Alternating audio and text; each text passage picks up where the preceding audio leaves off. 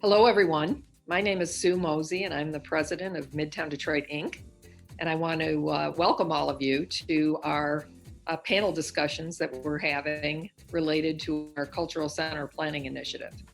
For those of you who may not be aware of this initiative, we have been working for about 18 months now with a fantastic design team, a number of local funding partners, and many of cultural center institutions on developing a connected physical plan for the Cultural Center District here in Detroit.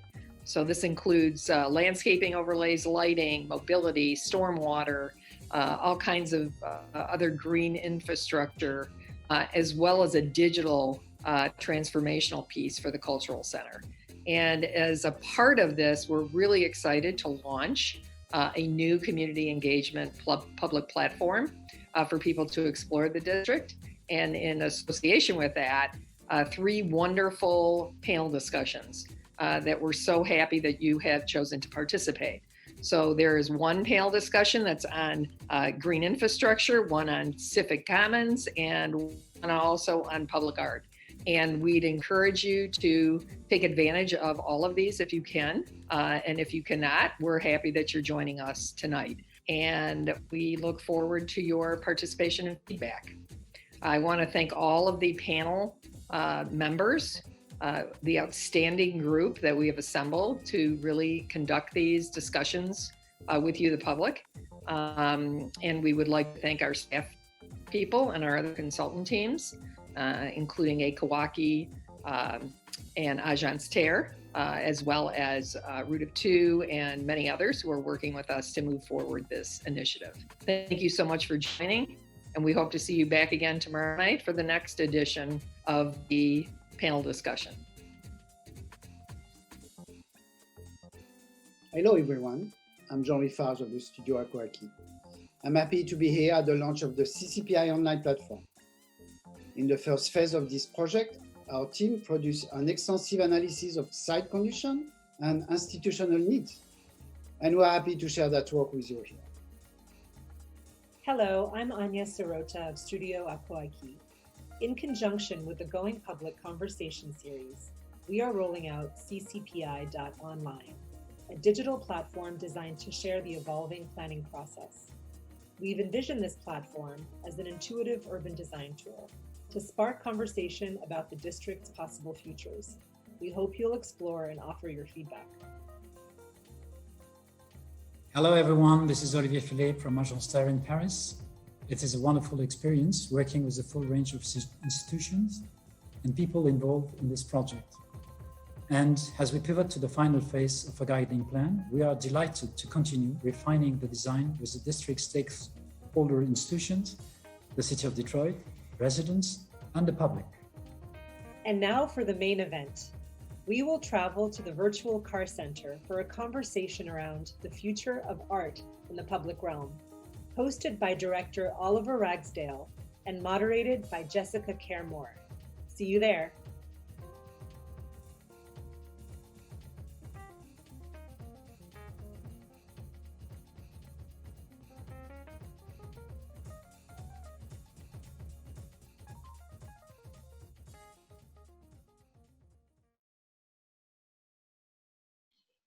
Hello, I'm Oliver Ragsdale Jr., president of the Car Center, and I'm delighted to welcome you this evening to Taking Space, the future of artists in the public realm.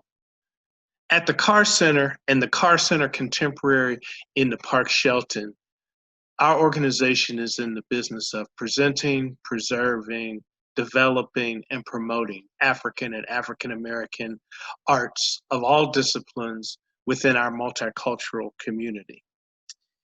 We've been in our location in the Park Shelton part of the Cultural Center for the past just over a year.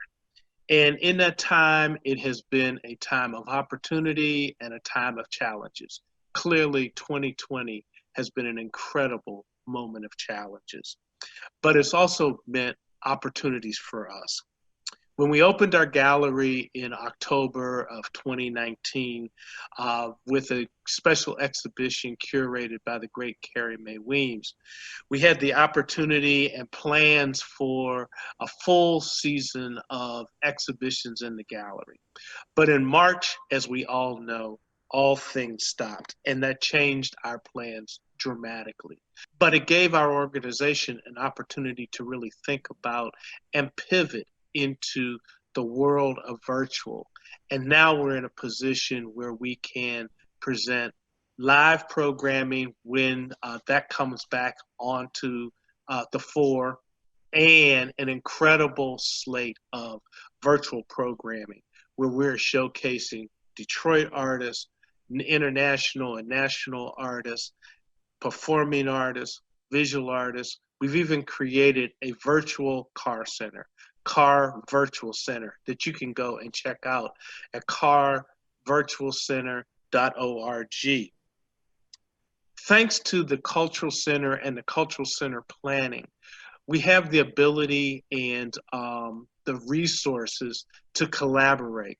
We work together with our neighbors and partners over the several months between March and when we reopened in July to be able to reopen safe and healthy for us and for our visitors.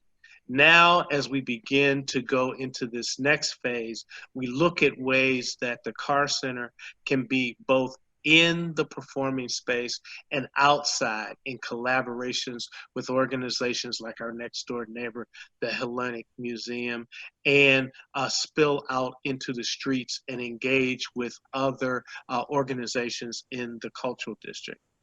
That creates great opportunities for artists that you're going to hear from tonight and artists from around the Detroit community.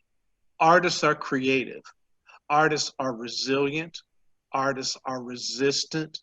Artists have the ability to do, see, and behave in ways that are beyond what we see with typical people. We solve problems.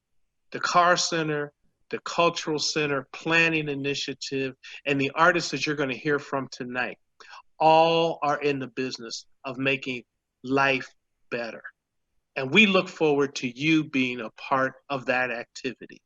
And there's no one that I can think of that it can bring you more energy, more excitement, more vision, and just get you ready for the artists in the space and the future of artists in the public realm than Jessica Care Moore.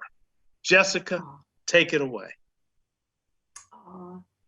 Thank you so much, Oliver. I love the Carr Center. I appreciate you so much. You've been a big support of my work and my music since I came back to Detroit, and we love you, and the new space is phenomenal, and I can't wait to perform inside of it. So thank you everyone for joining us tonight. We are coming to you from this beautiful virtual space. Shout out to Ishan. And we're talking about taking up space. You know, I know taking up space may sound aggressive, but the reality is, for me, even as a Black woman poet, I made a decision a long time ago that no space didn't belong to me, especially in the city that I was born and raised. But even in cities like New York, or even in places like London or in France, artists have always been on the front line of creating what didn't exist. And so when people say if you don't belong at the Opera House, or you don't belong on this space, or just poets in bookstores, I've always pushed back against that. The first stage being the Apollo Theater, where poets weren't performing traditionally on 125th Street at that very famous space. And I decided that I would do some work at changing that. And I did. And so I'm just really honored to be here, because there's 4 dynamic, powerful women in the arts from 4 different disciplines who are joining us in conversation. They're going to be presenting their work, and then we're going to come all together virtually back into the Carr Center at the end and share and build. And I hope you'll stay with us. I'm going to read just a few lines, because for me, my work is people focused. Some people are architects and they build the structures. My work is centered around people. And this is a poem about displacement, because we're talking about public spaces. We have to think about the people who live in the spaces, who live in the community around the spaces. So this is a few lines of a poem I wrote called Where Are the People? And I wrote it for the Cass Corridor. I went to Wayne State University. And so that area has changed a lot. And change is necessary, but also considering the people, the livelihood of the people who were there is also very important. Where are the one-way tickets? Who signed the death certificates? Where are the magicians, the madmen, the toothless, the smoothless, the poets, the corner store prophets, the bus stop historians, the traffic stoppers? Where are the people? Where are the blues? Under which pile of gravel? Where are they buried? Hurricane Cass Corridor. Where is the soil, the soul, the socks, the soles, the shoes? Where is the heroin? Where are the pills? Where are the women? Where are the thrills? Where is Cass Corridor? My student asked, is it this way? Is it that way? Your school is sitting in it. I answer, you, is it? The dogs are walking the people. The dogs have parks. The parks don't have children. Where are the people? The stepped over, the forgotten Holocaust, the fragile, the beautiful, the fast talkers, the backward walkers, the 3 a.m. stalkers. Where did they take them? When will they return? Where is the balance? Where is the money? Where are the schools? Where are the people? We all got Wi-Fi. Nobody getting high outside. Where are the beds? Where are they heads? Where are the recognizable street signs? Where is Joe Louis? Where are the Black people? My white neighbor asked me, Jessica, where are the Black people? Where are the chosen people? Where are our hearts, our guitars, our bass players? Kenny Mack, Anthony Tolson, rest in peace. Where are the anointed, the children of God? Where is the sage, the holy water? Where is the Black imagination located? How much does it cost per square feet to rent there? Is there a rent your own, a Black imagination option? And I'm going to stop there. So it's a longer poem, but I just wanted to share just a few lines from that, just to kind of ground us. And no matter what we talk about, people have to be at the center for me. And I'm really excited to bring this first person on. She's my friend. I've known her for many years. We met when I moved back to Detroit. But I'll introduce her formally as Ryan Myers Johnson, founder and executive director of the incredible Sidewalk Detroit, a nonprofit dedicated to advancing spatial equity through the lens of arts, culture, and deep engagement with residents. She is a curator of place-based performance and installation art, specializing in urban green space and community engagement. She received her Bachelor of Arts in Dance and Film from the University of Michigan, Ryan has extensive experience in event planning, arts administration, management, leadership, stemming from her many years working as a production manager, stage manager, and production manager for various organizations ranging from the film industry to philanthropy. Ryan is a sought-after speaker, facilitator, and idealist, having led lectures and workshops for American for the Arts, grant makers in the arts, the University of Michigan, to name a few. And she's also designed engagement curriculums for architecture and development firms across the city. And she did not stop when COVID hit and the pandemic and everyone closed down. Sidewalk Festival, which is normally in the streets, took to online. And I'm so proud of you and your work you've been doing. Please help me welcome Ryan Myers Johnson. Oh. Hey, okay, thank you, Jessica. That was such a sweet and wonderful introduction. And I'm also really proud to know you and to have collaborated with you many times over the years. And thank you for having me on this panel. I'm really happy to join everyone in this virtual space. There's so many things to look at, even in my own house, as I kind of look at this virtual setup. But yeah, as Jessica mentioned, I'm Ryan Myers Johnson, and I'm the Executive Director, Founder, and Curator at Sidewalk Detroit.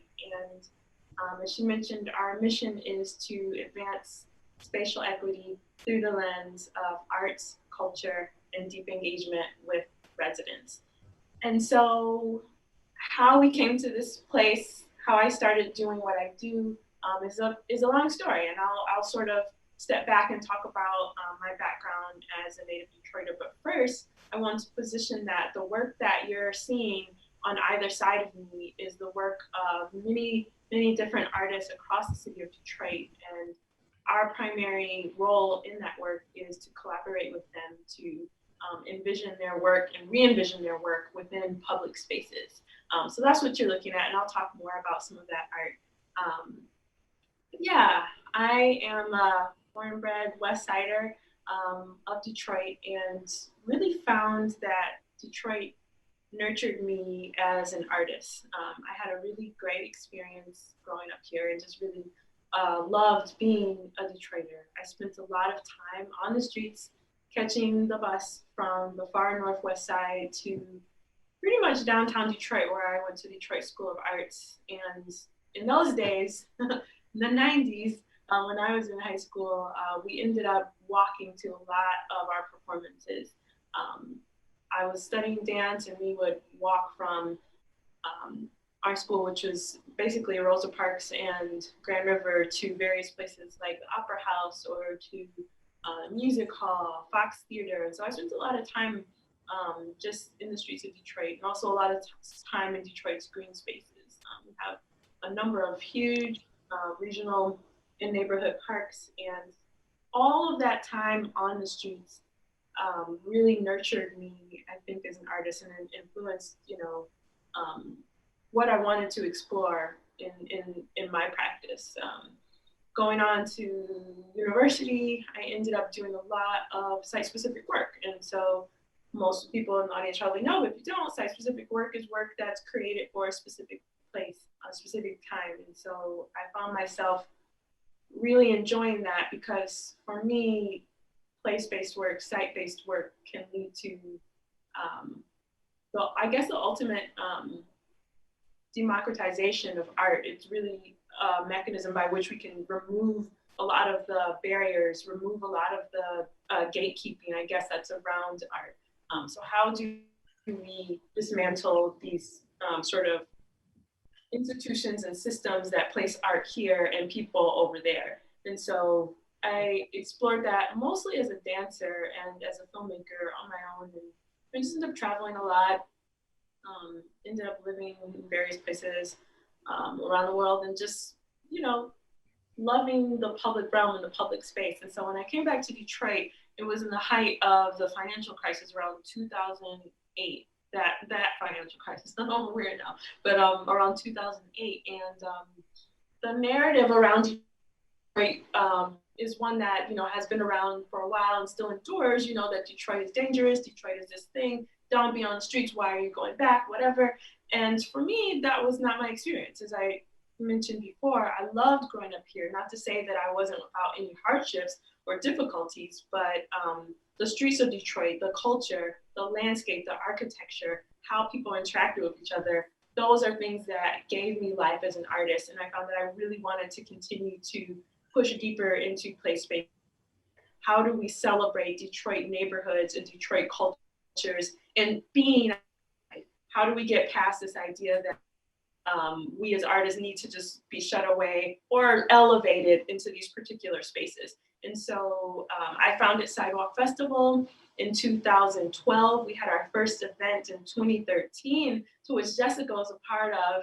Her and I were able to do this fabulous collaboration in an alley. But in any case, the whole idea about Sidewalk Festival was we would go to a place close to where I grew up in Old Bedford of Detroit, and celebrate the space as it was. So you'll see lots of images of people dancing without a lot of extra interventions on the street, in alleys, in parks, in storefronts.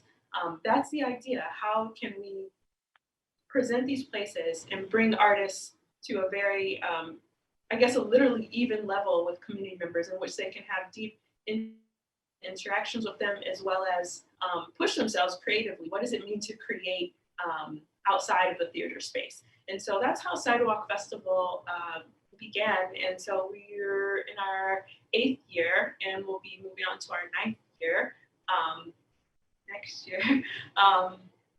And so each year we curate the work of 40 to 50 artists.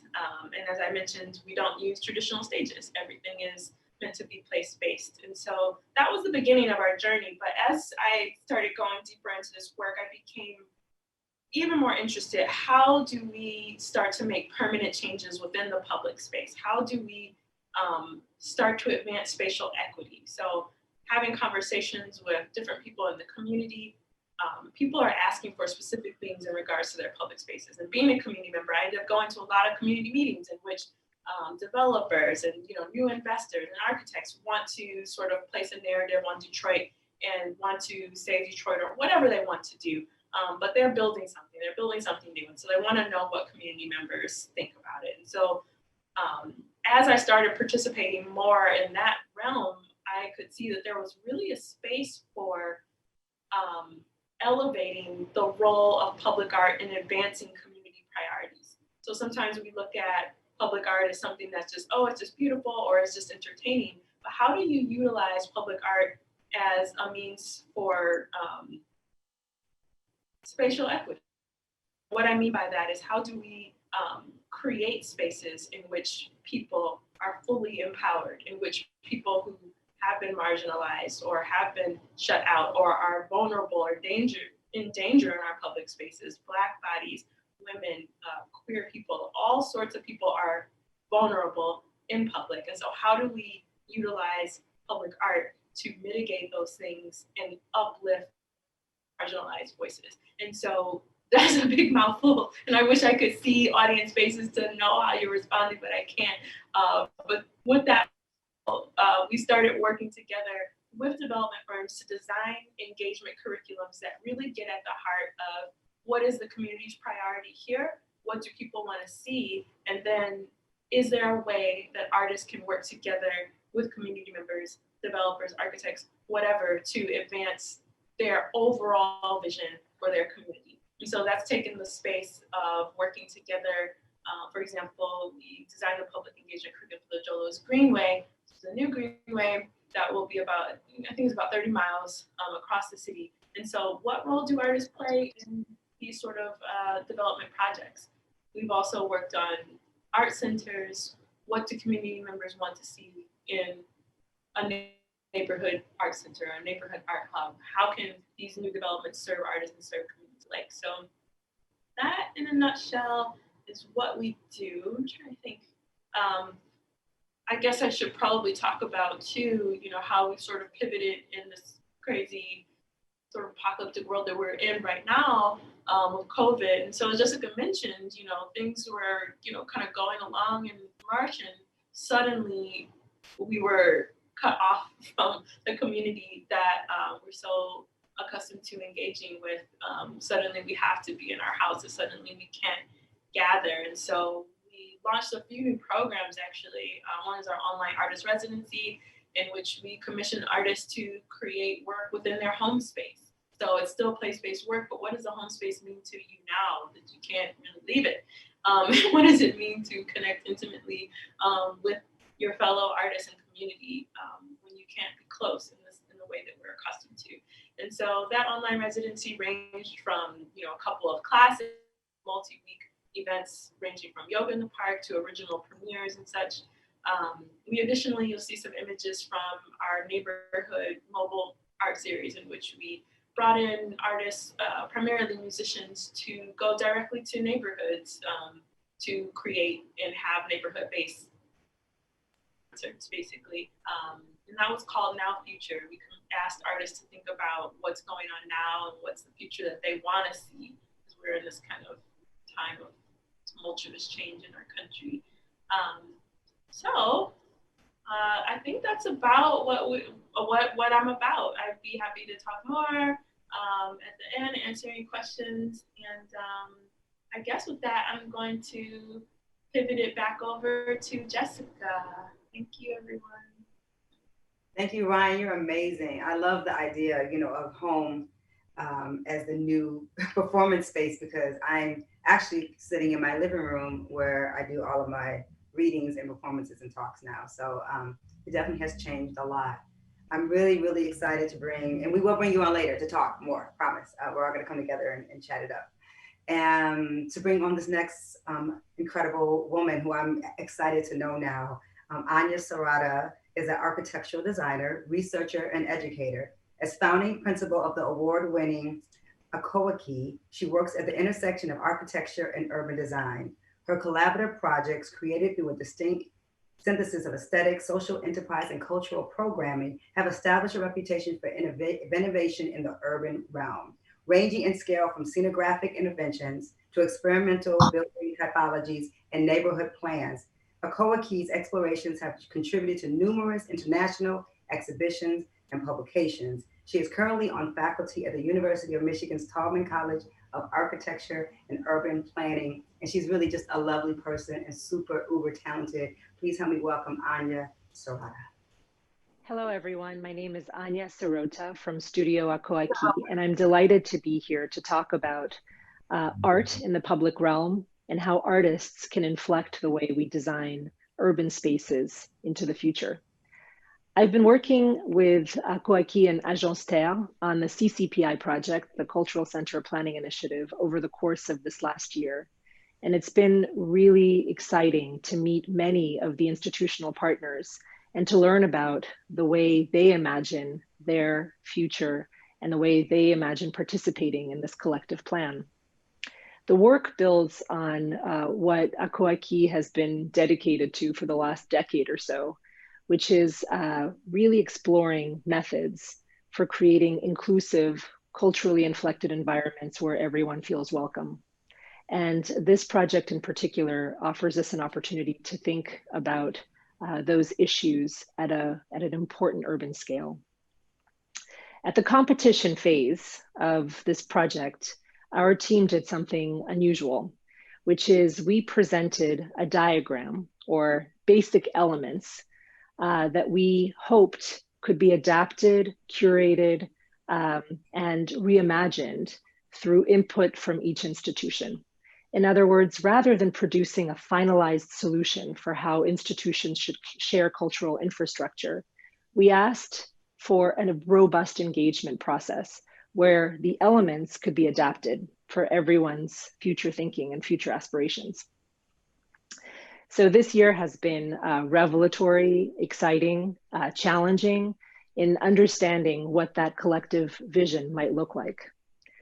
We understand that cultural infrastructure is something that brings people together at different scales. We think about the users in the daily life of the city, the quotidian, the residents that are directly in contact with this district, as well as the city at large that could use and will use this district in the future. We also think about how the district can respond in the future to events that are guided by cultural programming and artistic practices that bring a plethora and a range of different generations, people, demographics, interests into the district. And then we also think about the very large events that can happen in the district, the ones that attract audiences at a regional, international scale. And how can we begin to create the infrastructure necessary to accommodate that broad range of activities and to make sure that everyone feels like they're welcome, included, and offered a possibility for engagement in that space. Temporality is very important, but so is the notion of community. And for us, community is the group of people that are directly engaged with place. It's the geographic localization of a context. It's the people that are involved, the staff that work in the institutions, the administration, the students that are connected to the 3 universities in the district. But it's also the city as a breadth of users that will engage invariably with their cultural district. We also think of community as a set of ideologies, a set of principles.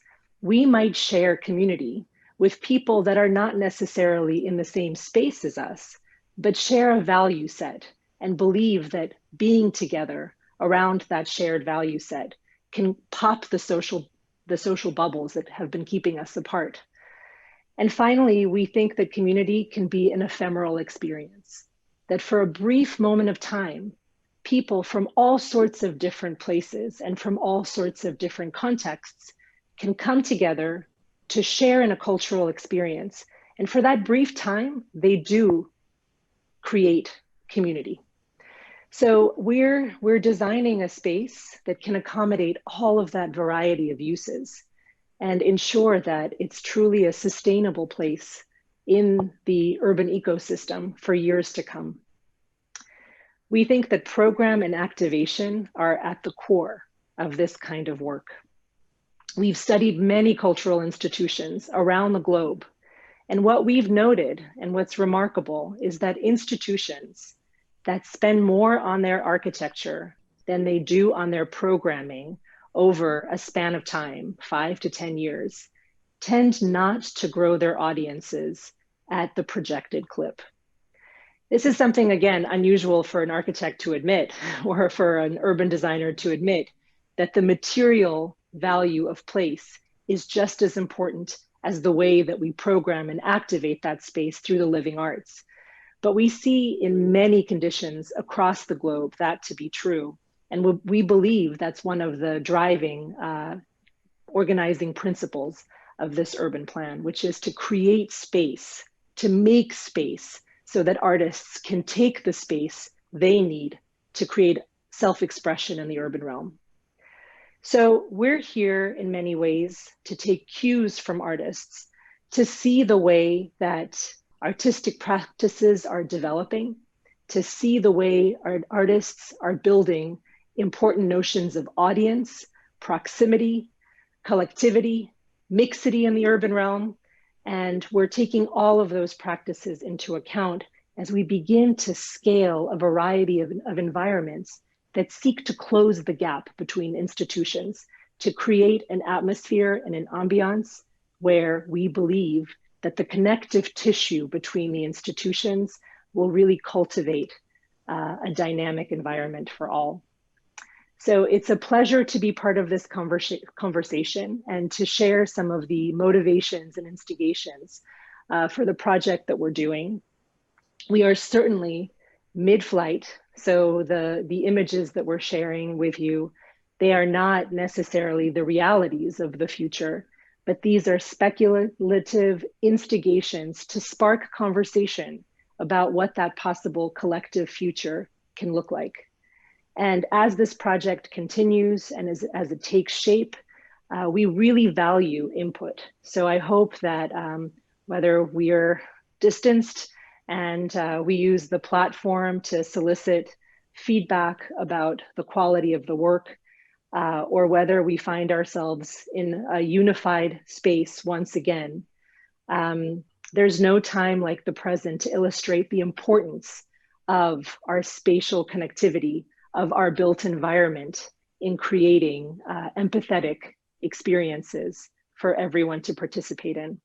So again, thank you for including me in this stellar lineup. And I look forward to the conversation about how this project and how architecture can help support the arts, which are so critical and important to the health and value and longevity of an inclusive city. Thank you, Aya. Your work is extremely valuable to this conversation. And I was so busy trying to say Akoaki correctly that I butchered your last name. So Anya Sirota, I did see the O. So thank you so much for correcting me. This is amazing. These are powerhouse women, and I can't wait to get everyone in the same room. But now I'm going to bring on an extraordinary woman in the world of in the public realm, Sherry Dobbins, cultural strategist and producer with significant experience within the public realm. As managing and cultural director of Future Cities, Sherry set the delivery structure and ensures the cultural alignment of the portfolio. Sherry engages directly on projects that across cultural infrastructure, programming development, public-private partnerships, establishing models for arts delivery, and advises about arts and technology, media, and the public realm. Her over 30 years of delivery across the US and UK includes establishing strategic business plans for art institutions and leadership of cultural programs and organizations, giving her significant context for establishing policy, strategy, and delivery frameworks. Her expertise across new cultural development models, public-private partnership collaboration, and the role of movie image in public spaces makes her a regular speaker and advisor for international conferences, review committees, and governments. Before Future City, she was the creative director for the Times Square Alliance and founding director of Times Square Arts, New York City, where she developed a dedicated arts program within one of the most largest and most successful business improvement districts in my second favorite city in the world, New York. Please welcome Sherry Dobbins. Hi. I thought, we'd go on a little bit of a journey. Take a look at different types of public art. So I'm going to just talk to you a little bit like a travelogue. The images that you'll see are public art pieces from around the world. Some of them are from my new hometown, London. Some are from the organization that I work for. Some are pieces that we've created in Times Square. Some are just iconic pieces that you might recognize, and some things that you might have thought were very easy or just from the beginning were very popular. But these are monuments, sculptures, figures, metaphors, digital work, performance, catalysts for action. But they all have one thing in common. They're created by artists, not by architects, not by designers, not by an engineer, but they're artists who create public art. There are others who create amazing design in the public realm, but no artwork is an artwork without the artist. Today, I was reviewing a new project, one where I can't tell you where it is and what it is, but it's on a new building.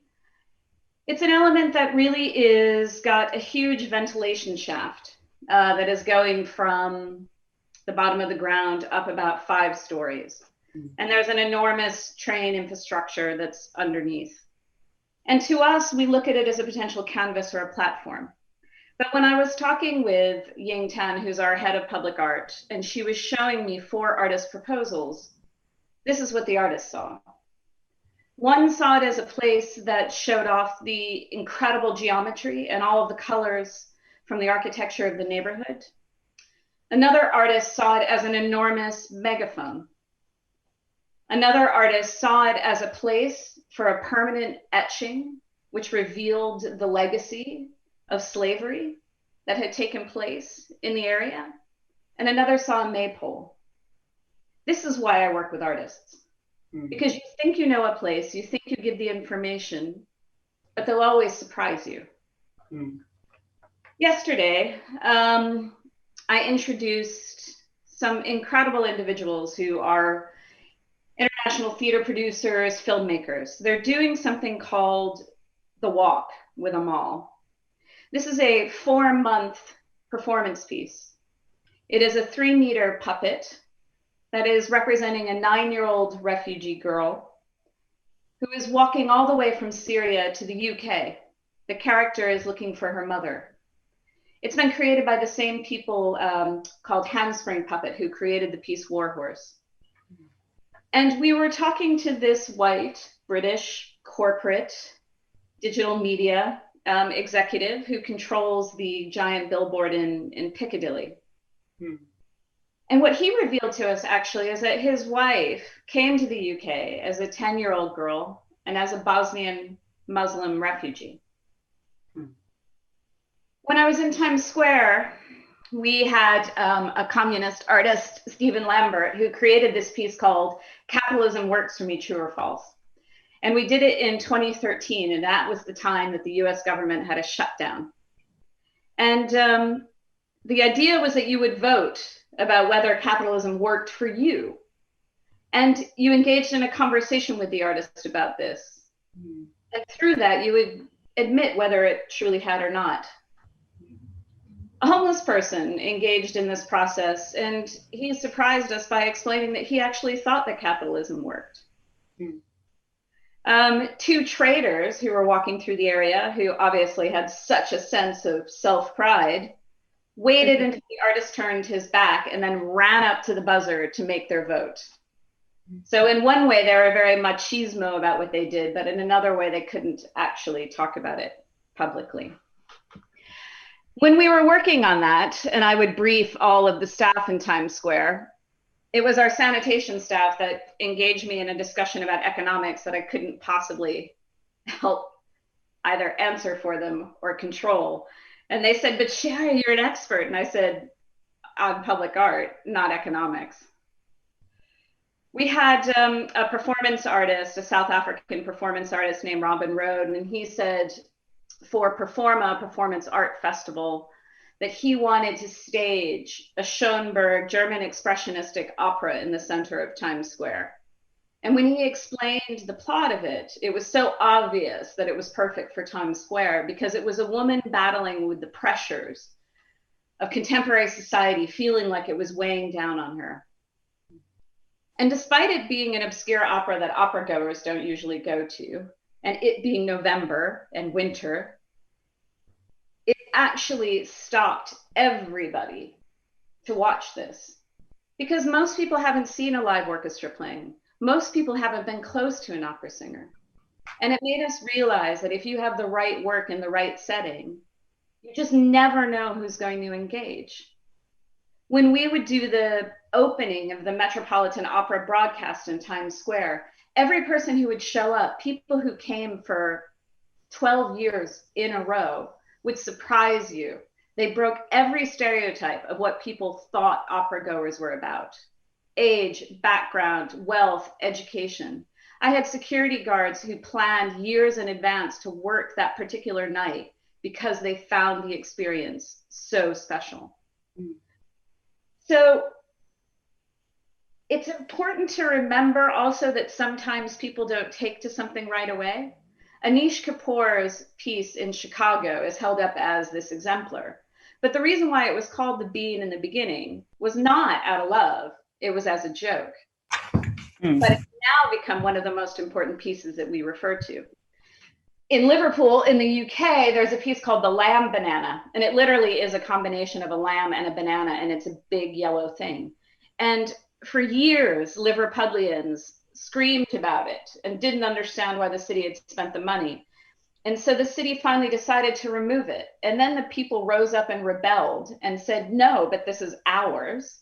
And actually did a crowdsourcing campaign to keep the work. You know, so can you have Laurie Anderson do a concert for dogs in the middle of winter? You know, yes. Can Yoko Ono's work, Imagine Peace, when you bring a chorus of volunteers to sing Imagine together, stop the world from ending? Yes. Rashad Newsom had to bring African-American marginalized gay rappers into the center of Times Square and put their work on the screens in order for them to be accepted by their music community. JR, this French artist now that everybody will refer to, was just a graffiti artist and worked against the system. Now he's become a civic champion. Mm. And really, you know, when COVID hit, it was the artists from day one who immediately started to open up their homes, their creative expressions, and figure out a way to communicate with us. Yeah. When I was working with a very conceptual artist in the middle of a park in a suburban place in the UK, and this is a place where the unemployment had risen to 25%, they had a high teenage pregnancy rate, and there was a real concern about individuals connecting to their community. And I was standing in the park with this project wondering if it was too obscure. And this older gentleman who lived in the tower blocks came up to me and he said, "Isn't art wonderful? I do this walk every day and have for 25 years. But today I experienced something that I hadn't before. Today I was surprised." It's really crucial that you don't assume that you know what people will like and what will interest them. Yes. It's important that you don't assume that the work has to answer every single question. So when you work with artists, set them a challenge. Do some research, not to tell them what they have to do, but to excite them. Ask questions, trust, and realize you have to risk. People say you can't figure out what is good art or who can say that, but that's not true. What is good art? It's something that you couldn't have seen for yourself. It's something that's crafted with care and respect. It's something that is responsive to place. And also it leaves room for people to be surprised, to make up their own narratives, to create their own memories, histories, and meanings. Right. And usually it begins by making you a bit silent. Maybe you've gasped, maybe you've laughed, maybe you've sighed. It speaks first. And it's created by artists. Thank you, Jessica. Oh, no, thank you, Sherry. And yes, can we just say, please bless the painters and the dancers and the poets and the MCs and the painters who took their art online to keep us all sane through this incredible time during this both these pandemics we've been facing. Thank you for your expertise and your brilliant mind and for being here with us. I cannot wait to have this conversation. I have a formal bio I'm going to read, and then I'm going to say what I want to say about Sydney James. Detroit bred and based fine artist, muralist, and 2017 Kresge Fellow Sydney G. James earned her BFA at the College for Creative Studies in 2001 and began her career as an art director in advertising. Sydney headed to LA in 2004 to expand her career as a visual artist in the film and television industry and earned her master's degree in secondary education. Returning to Detroit, yay, in 2011, Sydney has become one of the newest leading creative voices in Southeast Michigan, exploring themes of the racial and gender positioning of the Black woman in America as last or least among others in society has been the central theme in Sydney's work recently. Her portraits and murals seek to reposition this narrative of the Black woman's visibility and importance, bringing them to the forefront of the conversation. I would just want to add that Sydney James is one of the most important visual artists in the country, in the world. It just happens to be based in a place called Detroit. I'm honored to call her friend, comrade. I'm moved by her work. She blows me away. Her spirit, her energy keeps all of us going here in our city. And I love her very much. Please help me welcome Sydney James. Thank you for having me. Thank you for that lovely introduction. I love you. It's interesting that this panel is called Taking Up Space. So when you think about space and the word taking, I feel like, especially in the midst of gentrification or reclamation, however you want to call it, I feel like Black people have to take back our space. Because somehow, like when economics, or not even economics, when developers come, they like to throw out the word community, but I don't think people really know what that word means because they don't behave like they know or understand what that word means.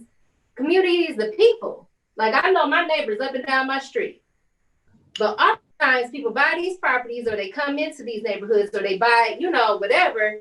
They don't even speak to their neighbors. So let's get to what I do. I'm a Detroiter. I was taking in all of the stuff. I'm a homegrown, and it's interesting about space because the space that I occupy is in the Coney Gardens neighborhood.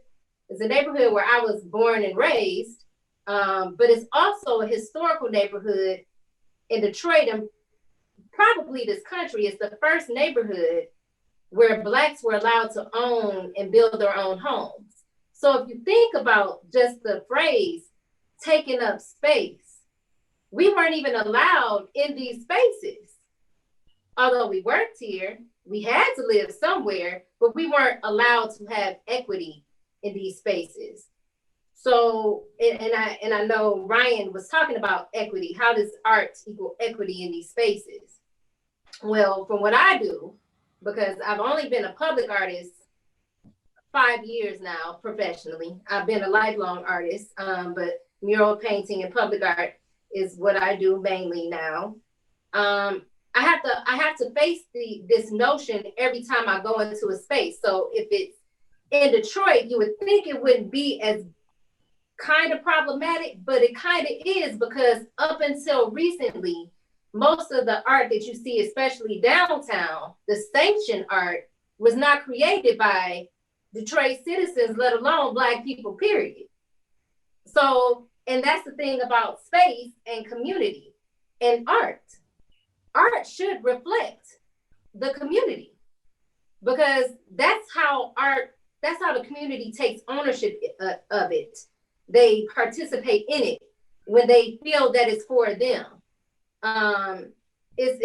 Whether you see an image of just all colors or what I do with full-blown portraits on a big wall, as long as the person feels like, oh, this is made with intent for me, with community in mind, I feel like that's often lost in this new world of taking up space. I don't think a lot of times the people with the money care about the spaces that their intent is not with care. It's about economy, but not even the economy of the community, the economy of their pockets.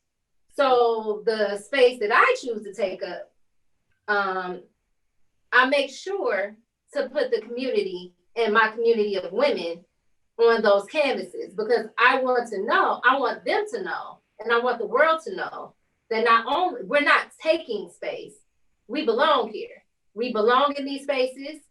And even if a paint stroke of mine, I'm claiming that space for whatever, it's almost like when I paint, it's like, okay, you're welcome here. And that's my intent every time I create something, whether it's a gallery painting in the studio of my home, or if I'm in Honolulu or Nepal, it's always, I have us in mind, like not just Black women, but if Black women are the nurturers of the world, then I have the world in mind.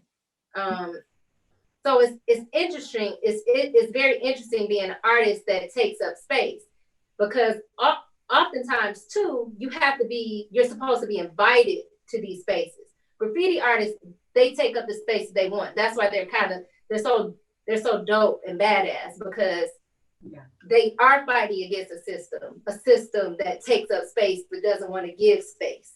Yeah. That's the beauty. But I'm not a graffiti artist. I am a muralist. I do create work in public spaces and I make public art, but I have a strong respect for the source, and the source is absolutely graffiti culture because they take what is theirs. Mm-hmm. They might not necessarily own it, but the city is ours.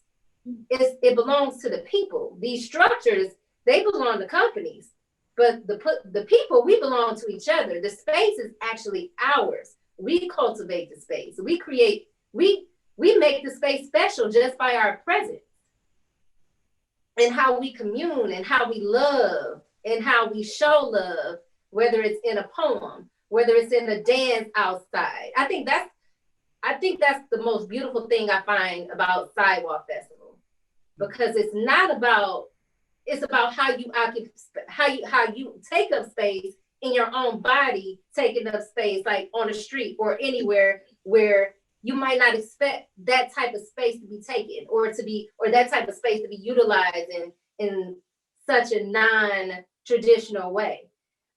What I do is pretty traditional, but what I paint is not. Oftentimes when you see big images, whether they're printed in an ad or printed or painted on a billboard or on a mural or a wall or wherever, you're not going to see a Black woman unless she's famous, unless she's the pancake lady. Like you'll see us in big images of us like in servitude positions, maybe a baby mama position, but it's never like a position of power. So I'm very conscious of when I'm taking up space and when I'm utilizing these spaces, what my intent is behind the images that I'm putting in these spaces. I want to make everybody aware that we're here and that we're bigger than what we've been treated as. And we're not taking up space, we're taking space back because we belong everywhere. It's like Jessica said, you know, in her introduction, I made a decision a long time ago. I belong wherever I'm at. And oftentimes we don't get treated that way. Whether, and that could be in the city, if we walk into a store and we're not dressed highfalutin or whatever, we might be made to feel that we don't belong there. But the reality is we belong wherever we're at, especially if it's a public space. I ain't talking about walking into somebody's house, because you know that's absolutely trespassing and it is a crime. So don't do that. But the spaces that are public spaces, we belong at. But also, if you think about spaces and how they're designed, whether they're artistic spaces, creative spaces, whatever it is. However, whatever the advertisement, they might not be welcoming, or they might not feel welcoming to the community that you put them in. So we also have to be conscious of what are our outreach efforts that make this community feel like they belong here. Because many new structures or new developments downtown or Old Cass Corridor, Midtown, we're made to feel that we don't belong. Yeah. Like we get bad service, we get attitudes. Even in the advertisements, there's not a Black person in sight in this majority Black city. Or if we are, it's like 1 out of 20 people. It's the opposite of the demographic of the entire city in these advertisements. And the advertisements say you're not welcome here. It doesn't have to read it in real words, but that's what the picture says, because pictures speak by far louder than words, oftentimes, because everybody can't even read. Everybody definitely don't read with comprehension. So images matter, and how you treat your space matters, and how you welcome, how you treat the people that come to your space matters. So the idea of taking up space is such a broad conversation. So I just make sure that when I take up space, I do it the best way. I make sure the paintings will be definitely memorable, technically sound. So you might not like that I painted a Black woman, but you really can't talk shit about how I painted her because it's going to be painted well. I make sure whatever I do is good enough in that space where nobody will question ever. They would wonder why we weren't welcome to the space to begin with. That's my goal. So we can open it up to the group now. Hey, Jess. Oh my God, you're so amazing. Yes, take the space. And I mean, it's, you know, so everyone's gonna come back, and that's gonna take a moment, I guess, to get everybody virtually back into the room. But thank you so much, Sydney. This is why I love you. Your voice is so necessary. You're the girl with the D tattoo, you know, who I do know in real life. I love that you. The girl with the D earring. The girl with the D earring. Thank you. I'm saying D tattoo. The girl with the D earring literally transformed East Grand Boulevard. Like I send people up the boulevard now. And no offense to the person who did the spilled paint thing over the building, but Mike Banks from Submerge is a dear friend of mine. And we used to look at that spilled paint thing and go, wow, that's a lot of wall for some spilled paint. And when I saw that you were taking over that space and transforming it, it was the happiest day forever. And so, and the Malice Green mural, which is dear to my heart, because I was just, I think, 18 years old on the streets of Detroit fighting for the rights, fighting for Malice Green to have justice. And so just thank you everyone. Thank you, Sherry. Thank you, Anya. Thank you, Ryan. Y'all are all amazing. We're in this weird virtual space. I wish I could virtually kind of hug everybody and just say thank you. And we're gonna have a conversation, even though we're all kind of looking straight. But we're gonna talk. I'm gonna talk. There's Sherry this way, and there's Anya and Ryan. So, and like Ryan and Sydney are kind of like the queens in the front. So we're like their court. And so I want to just kick it out though, with whoever wants to take it. I mean, I'm so inspired. I think Anya, how transparent you were as an architect to talk about people was very, very interesting and dear to me. Because I feel like sometimes not everybody. I think Sherry's one of the most well-rounded people I've ever heard talk who work in that space, right? But there's not always people who are considering putting the artist at center or people for that matter. So if anyone wants to, either one of you want to jump in on that. I don't know. I mean, I think Anya and I are trying to be the best facilitators we can in a way, right? It's like Anya's trying to make the physical space and make it appealing and interesting. I fight and I push and I work from a design perspective to also keep spaces quirky and odd enough that an artist would be interested. If it's too symmetrical and sort of perfect and what have you, it doesn't really speak to a sense of drama or interest. And very often I just try and open every door I can to leave as much room as possible. And then again, really, I mean, I thought the important thing is that in public art is that they're artists. That's right. And I fight every day with people talking about, oh, we did this amazing public art piece. And I say, oh, who's the artist? And there's a silence. Wow. And, it's really crucial that we treat artists as valuable parts of our community, not foreign beings and not somebody we should just use or take advantage of or use as a tool or whatever it is. It's understanding how you make room. And it's also about paying them. And I know that's something that me and Sydney are definitely about that life. And so, I mean, Sydney, you had your work, being on top of the DIA. So I would love to, talk to people about maybe why you chose the DIA as your choice to put your work on top of. Have you been exhibited inside of the DIA before? And just yeah. I can't recall, but if I did, it was probably back when I was in high school for a contest or something. I just thought it would be cool to have my work projected on the DIA because it's one of my favorite museums. I've been going there since I was 6, and we talk about take up space, so you might as well take up the whitest space, literally, because it is a white building. The whitest art space in the city. So that's why I chose the DIA. Like, oh, you don't want to give my work to DIA? We'll give it to you. I think that happened really to have your work projected onto the DIA. And I know there's cities, in the UK, for that matter, there's a poet, Lim Cisse, a good friend of mine, where his yeah, Lim is my baby. I love Lim Cisse. Shout out to Lim Cisse. Hopefully he's watching. But Lim, the way they treat him, but Lim, I've watched the things he's been able to get commissioned to do and taking his poetry and putting it on the side of all these contemporary art spaces and non-traditional spaces that you don't expect poems to be on the side of and projecting the poems. We put him in a bookstore and actually created his poem all the way up the staircase. In the area. Yeah. Can we find some funding? Because I want to do that in Detroit. So I'm so jealous. Every time I see Lim doing these things, I'm like, we need that in Detroit. Literature needs to be something, for me, like, because I'm an author and a poet, and bookstores were never enough, for me. I was like, I need to get to where everybody is. I need to get to the biggest audiences. And to as many young girls and women as possible. And I can't do it if I'm in my safe space inside a place where everybody already reads books, right? And so we need people on the inside of that culture or on your side of things, especially Sherry, to say, this is what it should be and this is what it can look like, the possibilities of it. Because people are often scared, especially, Sydney's work reminds me of what my poems sound like. Like her visuals look like what my poems sound like.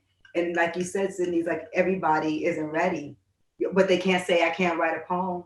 You may not like what I'm saying, but I got that poetry thing down. I could write some books and I know my craft and I know I'm skilled at poetry and I can do that. And so, yeah, but making that decision as an artist to not be easy for everyone, kind of leaves you on the outskirts of things.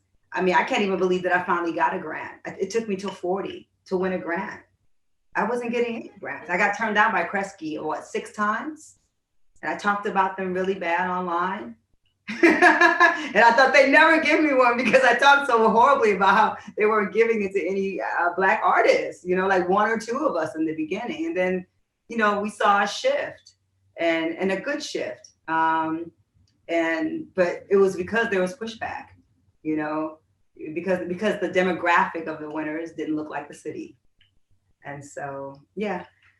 Okay, if anyone wants to chime in too, Ryan, if you want to talk about some of the ups and downs of being on the far west side, people who are watching who don't know Detroit. I mean, you're in a very special neighborhood over there. I mean, there's a living room in the corner, you know what I'm saying? Like, it's not like you in a fancy little neighborhood. It's the west side. Edda Fly's across the street with Sweet Potato Sensations. But it is kind of fancy because if you go up in that neighborhood, they got some big, nice houses. They got up the street, but that specific right there is pretty much, it's the hood. I know my brother was over there. It's how the city is. You get this and you get that.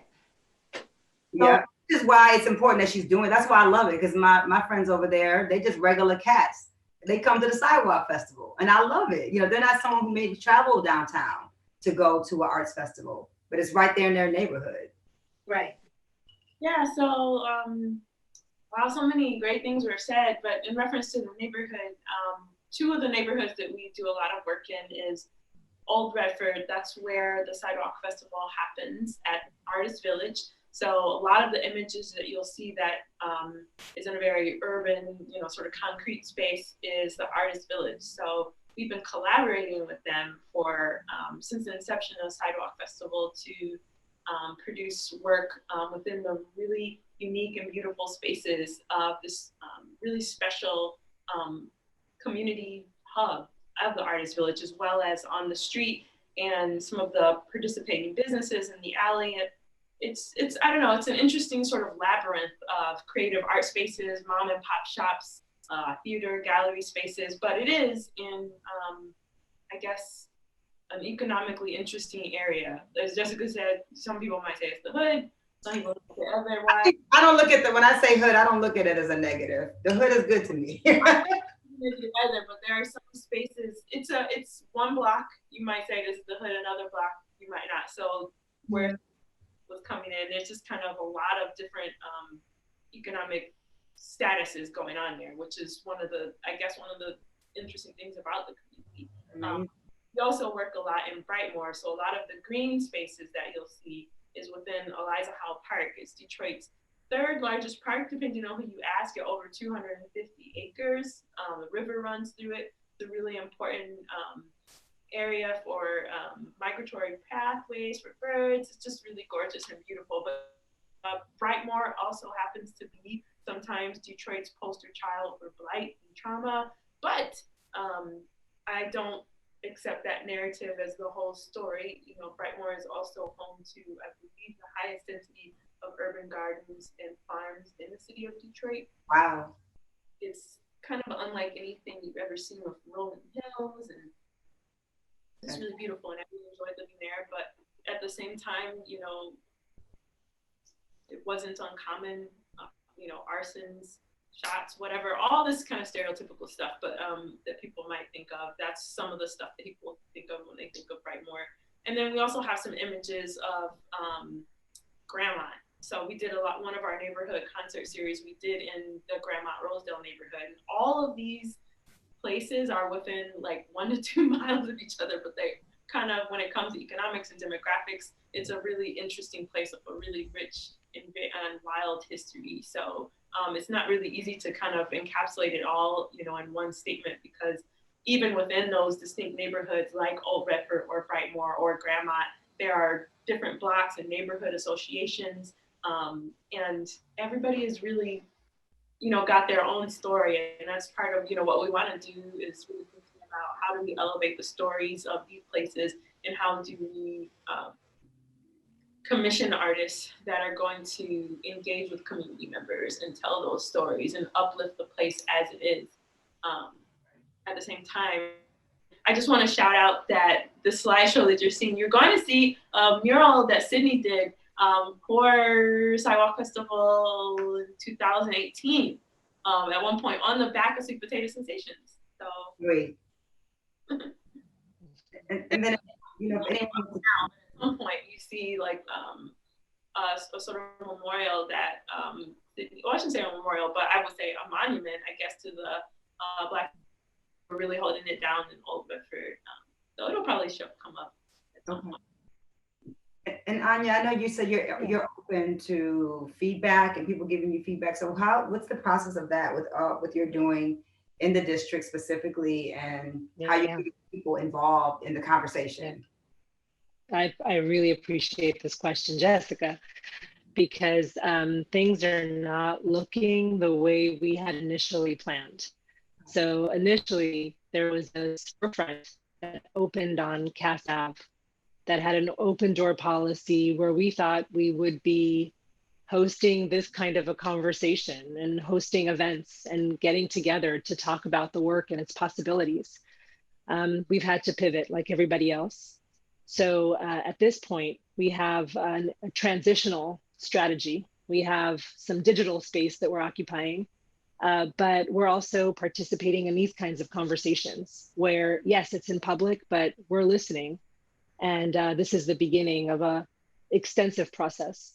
You know, in the first year, the initial part of this project, we really engaged first the stakeholder institutions, because there are 12 of them within 8 acres, and that's a lot. That's a lot of different people with a lot of different visions for what they imagine public space to look like, and who they'd like to collaborate with, and how they begin to create a really vivacious and real and deep collaborative structure. So what's amazing for me about this project is we've been looking at the research, the material realities, the questions of water infrastructure, and simultaneously, there are 12 institutions that have begun to design a new governance structure. How are they going to all get together? How are they all going to talk to each other? And that's been happening in parallel. So as that takes shape and our research takes shape, we all have to cross and seed each other's ideas, and then open up the space for more public conversation and more input. But if there's one thing if I could add, in addition to resources for artists, there's also the question of infrastructure for artists. And that, you know, to create ambitious projects, you need resources both to pay the artists, but also to produce the work. And then there's also the resources for artists that might not have made it yet, you know, that would like to experiment, that would like a space of emergence. And in projects that we have looked at and researched and worked on before, it's amazing how sometimes when you put all of your resources solely into the architecture, but you don't look at the necessities, what is the infrastructural need that artists might have, the outcomes aren't as good as when you take those needs into account. So knowing what people need to be able to produce their work and to experiment and to collaborate is the next step for imagining all of these different spaces as being functional and evocative. Thank you so much. You know, if Sherry, we could get you in the conversation, where I'd love for you to talk about kind of, you know, for artists, the work that you do. You know, a lot of times artists are not in the same room with someone like you. And so I'm curious as to how you find artists, how you are connected to artists that you may not know about, that may not be in your circle, or someone hasn't saying, "Hey, Sherry, this person." How do we fix that so that artists can find ways to do more work with people who do the work that you do? Because I don't know an artist that's not interested in Piccadilly Circus or a Times Square. Like a Sydney, just did this amazing campaign with Pepsi. I mean, that's important. It's important that she's not underground and grassroots. I mean, that's cool when you're just beginning, but she's not. And so now you expand. And just like me, I've written things with Ford Motor Company. Like, you want your work to be everywhere. Not, you don't want to sell out, but you want to sell your work, and you want your work on a broader scale. And so how do we find ways to make that connection, I guess, more easy? Because I know you now because of this. And I know your work already. So how do we find ways to make that connection? I think that I would love for you to speak to that, because I know you've done that work. Well, it's never enough. It's also really been very painful the last 10 months, because the best way to know more is that I would continually go to events where I don't know anything. It wasn't just go to what you know. It was every time I'd hear of a venue or an artist collective that I didn't know about, I went, because I wanted to know what was going on. But it's never enough for a person. So it's also understanding, like, wherever you have gaps, and then done it different ways. When you can afford to hire people, you always hire people who bring different networks, different skill sets, different types of art. I've set up, and I always advise people whenever we give advice about governance, to make sure that you have advisory groups at different levels. So like in Times Square, I set up a curatorial committee so that I could reach out to a lot of different curators and different networks, so that they could bring people, to us. Because, no matter how hard any individual or one little staff tries to do something, it's never enough. Right. So it's always look for what, you don't know. Always ask people who you think who have different networks than you. You've got to earn trust. So you got to find ways, to take risks with people who may not have, gallery representation. It's a complicated mix. There's not like one answer, is there? But the most important thing is always look for things that either you don't know about, always go to places you don't know about, always go to something without knowing what's going to happen, constantly looking and constantly putting out ways to have people bring things to you. In Times Square, I had an open call process 365 days a year. There was a place where somebody could submit something, and then we reviewed them. All of those sort of random, unsolicited proposals, we reviewed them every month. And I had a separate committee who'd review it. So it's understanding how you also constantly have a way that it's open, broaden that network so they're speaking, on behalf of you as well, bringing people to you. But we all have to constantly work at it. We all can get into our comfort zones, and you can't. And then the other thing I always tell curators that I work with is, don't just pick work that you like. Right. Pick work you think is important. Or that even makes you uncomfortable. It's important to be uncomfortable. When I get comfortable, I'm concerned. I don't ever want to be so comfortable. If I wanted to feel something with myself, with my work, and with other. If I'm not feeling something, it could be even like this, whatever it is. It's got to move me in some kind of way. I talk about public art as punctuation. Mm-hmm. Sometimes it's a question mark, sometimes it's an exclamation point, sometimes it's a comma, sometimes it's a semicolon. It's got a lot of different roles. It's got a lot of different conversations. It's got a lot of different prompts. Mm-hmm. And it's not interesting if you look at something and you just know what it is and you never think about it again, or it doesn't, like you say, make you uncomfortable or make you have a different thought, or that's not interesting then. It's got to be something that draws you in, whether it's seeing yourself in it, seeing yourself in a new place, seeing, you know, representation in a place you wouldn't expect. There's got to be some sort of like dramatic tension there. There's got to be an energy and a dynamism to it to keep it interesting and alive. And Sydney, I'd love for you to maybe speak to that as well. And honestly, you guys can talk at any time you want to talk. Don't leave it to me. But you know, for you, I know you for the last 5 years have been very big 5 years for you in the public space. And so I'm wondering. I think that the idea of making people uncomfortable is definitely ingrained strongly in my work. And not that it has to be, like you shouldn't be, because, for instance, I have a piece down in Eastern Market. It's on the side of Cutter's Bar Grill. I love it. There's a Black woman holding a protest sign, and I actually designed it to pay tribute to a few artist friends of mine.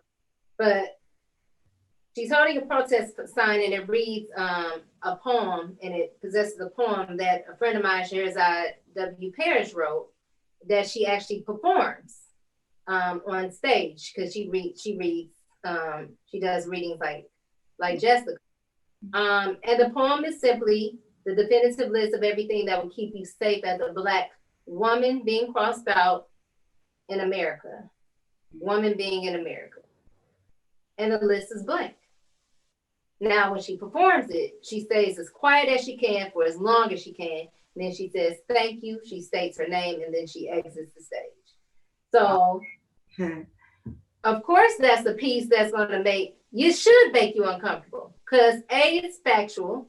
And B, it should make you uncomfortable. It makes me uncomfortable because I'm uncomfortable knowing that this statement is factual, right? A year or a few months after I painted it, S.E. Johnson sponsored a retreat here in Detroit. I don't know why, because they're somewhere in the middle of America. But they sponsored a retreat here in Detroit. They flew out French artist Kashink, who I love. She paints a mustache on every single day. She's a street artist that I met at the first Murals in the Market, and she and I are friends, but they flew her out from Paris, from France, to Detroit, so she could give them like a workshop on spray painting and, street art. Okay. And of course, mostly white people, men, women, a few Asians sprinkled, maybe that one Black guy. Okay. Well, I got hired, not even hired, I got paid a stipend just to meet these people for dinner, because I guess they wanted to meet some of the artists that were involved in, this street art. So I go to this dinner, and I'm disgusted with myself. I feel like I was a whore. I got paid to solicit myself. I felt dirty, right? I took the money, but I felt really dirty. I hope you ate too. I think I might have stayed for maybe 20 minutes. And I'll tell you why. So one of the head honchos guy, you can tell he's the head honcho because you know how to puff chest, loudest person in a restaurant. He says, oh, so you're one of the artists? I said, yes, I am. Well, which piece? Which piece is yours? I said, well, I painted the woman that's holding the protest sign. He said, well, which one was that? I said, the protest sign that read da-da-da-da-da. Oh, yeah. He tapped his co-workers, his buddies' shoulder, yeah, remember, it was blank. The list was blank. And he laughed his ass off. Wow. So obnoxiously, so loud. I said, okay, this was interesting. And I just left. Wow. The motherfucker found humor in the most tragic thing on the wall in Eastern Market. He thought the shit was funny. Wow. Instead of having an uncomfortable conversation, I'm always more than willing to have it. Let's talk about it, because we can talk about how we can fix this thing. Because this is a problem, and it needs to be fixed. Yes. This isn't laughable because it's true. But in his mind, because he's probably from Utah, somewhere where The only Black people he know are his Black coworkers that probably moved there for somewhere else because they got this good job at SC Johnson. He probably thinks it's false. He probably thinks that he probably thinks is a man that thinks that the Black Lives Matter it's like that we're overreacting. He probably don't understand the protest. He probably don't get it because he don't see Blackness, or he doesn't see humanity in Blackness.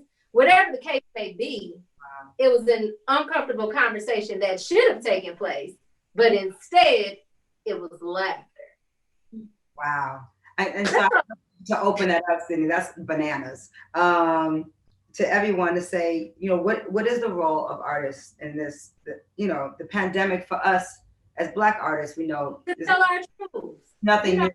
I'm sorry. Harry Belafonte said it. It is our job, especially Black artists, because we don't have the luxury of just painting pretty things for the sake of pretty things. Or writing them either. Right. We don't have that luxury. I mean, some people probably do, maybe, or they feel like they have that luxury, but the reality is we don't have that luxury. We are burdened with having to tell our truths, because if other people tell our truths, that's how you get the history books that we have. And for me, I would say that it's not even a burden. It's my job and it's my service as a writer and poet to write for Black women. And all women like my work normally, women in general are my biggest audience, but it's important that I represent, and I do it proudly. I really do. I do it proudly, but that's still a burden, because you just don't wake up and write. Like you write about your experience, and so it's not a burden because it really is your truth. Yeah. But imagine just waking up when write about the flowers. We don't have that. Unless the bottom, in a public space. I just think that in a public space, I have bigger things to do. I can write about. I love flowers, right? But yeah, writing about them, and I've written about flowers. But you could write about flowers, but you're gonna probably put in there some humane things too. Yeah. So you're talking about the flower, but you probably ain't really talking about the flower at all. Yeah. Yeah.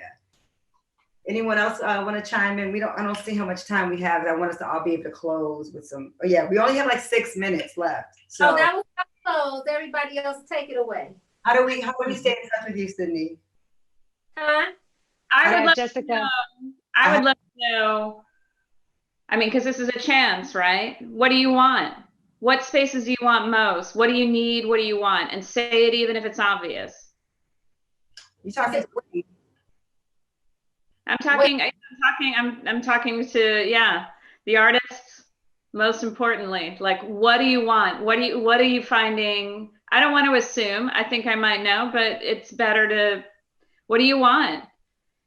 I don't need anything. I'm an overworked artist. But for others, what I want is opportunities. Not have to play these games of, who do you know? Who sent you? Or it shouldn't be that. Like, if it's going to be an application process, let it be a fair application process across the board. Let it be about the work and the words, whatever. I just want not an equal opportunity. I want opportunities with equity, because they're two different things. Yeah. Opportunities with equity, absolutely. That's a way bigger conversation, because I was not always an overworked artist. This is new. That's because now because you know what it is. The art world is more sexist than racist. So if you have a man, you Black, you down there. You got to work triple hard, which I've done. So I'm in a great place. But for others, though, I don't want to be the only one.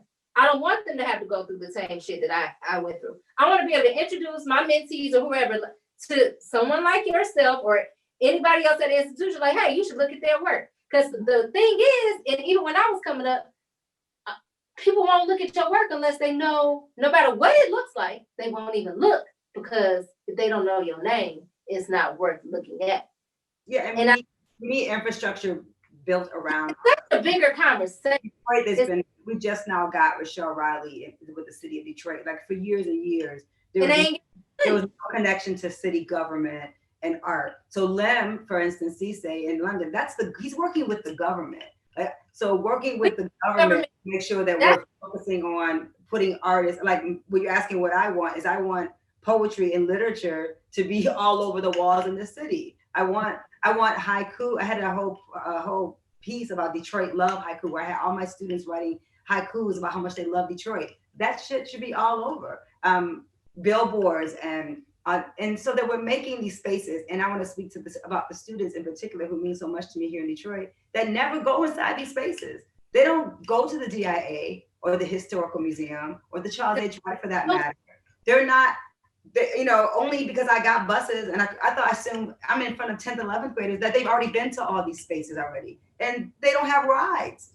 Their parents, they got single parents. They don't even have, the buses suck. After it gets late, dark, fast in the winter.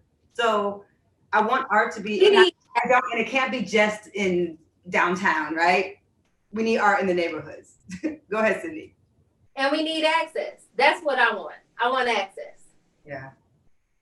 I want access and more opportunities for others. Yeah.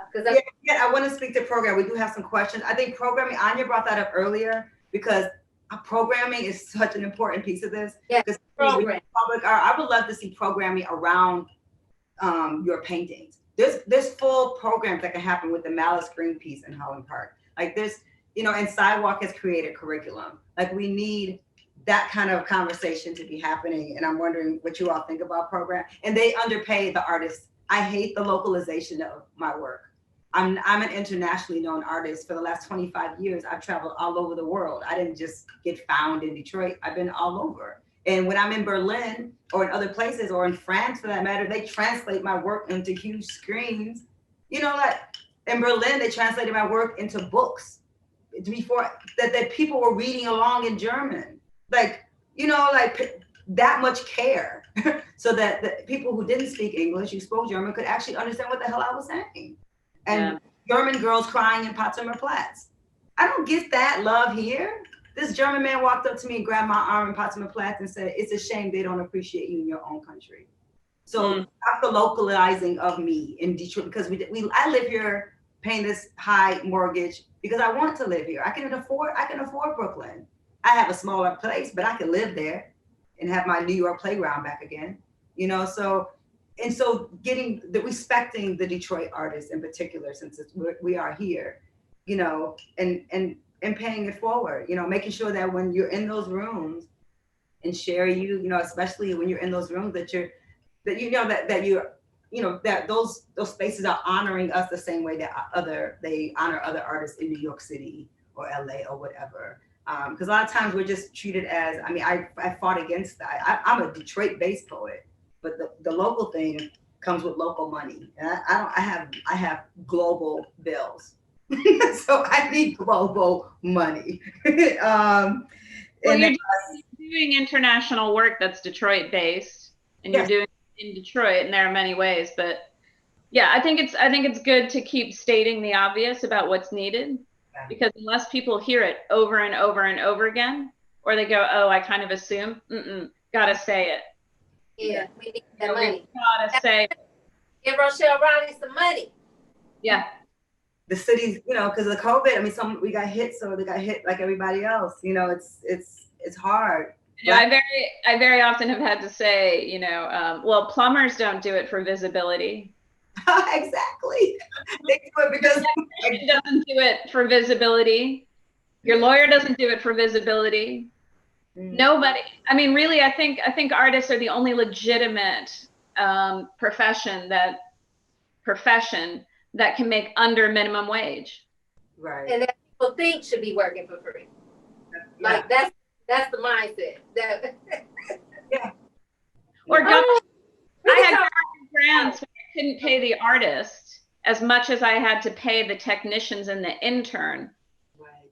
Because they were protected, but the artist wasn't. Foreign Arts Council. Like, that's not okay. No, it is not. Yeah, I think for me, poets been like the most underpaid and most necessary artists on the planet for a long time. And a lot of my friends who are poets often have to teach to really make a living. And it's not been my path. I've been blessed to be able to make a living as a poet, which is really crazy. But I also am an interdisciplinary artist and learn how to Detroit hustle, and I know how to I move myself into spaces that are not traditional for poets. And someone has asked inclusive, we're past our time, by the way, so we're gonna close. But inclusive mean, what does inclusive mean for the design team and panelists, making this district inclusive? What does that mean for the design team and the panelists? What does inclusive mean? Inclusive means include the people that live here, Black people, Black qualified people. Because just because you black, again, you gotta be qualified. Just because you Black don't mean you should just be able to walk in and do something that you ain't qualified to do. And excellent. But definitely, like the people, like include the people. Inclusion means include the people that you're building it for, and that's us. That's the city. That's Detroiters. Anybody else want to take a stab at that? We are closing. We're over time, so I want everyone to be able to have a last word. Ryan, you've been quiet, so I want to ask you. So many good things have been said, but in regards to inclusivity, there was during your talk, Sydney, you talked about the places belonging to us. And I really think that that's maybe what people are getting at when they talk about inclusivity, or in any case, it's what I'm thinking about is less about who do we include, but how do we honor the power and the strength that is already in a place, and how do we see and really uplift the people who are already here, the artists that are already here, knowing that these spaces are ours. And this is talking about a Detroit space. So when we think about public spaces in general, in America, like how much freedom, how much power, how much equity do most of us experience in public spaces? Most of our public spaces are over-policed and over-regulated. So, wow. Wow, that's so true. Thank you. They are. And then honestly, it's deep because, I live close to me and so we all live close to downtown. And, for 8 years I was in Corktown, and it's interesting to me, like what's considered, safe and for who, so like when the Red Wings play, right, and the Tigers play, I don't feel as safe downtown, right? Because that's when white folks are drunk. And so it's a place where I've had some interactions that weren't nice with people who don't live in the city, who are coming just to watch sports games, get drunk and drive home to their suburban house. And so, safety is relative.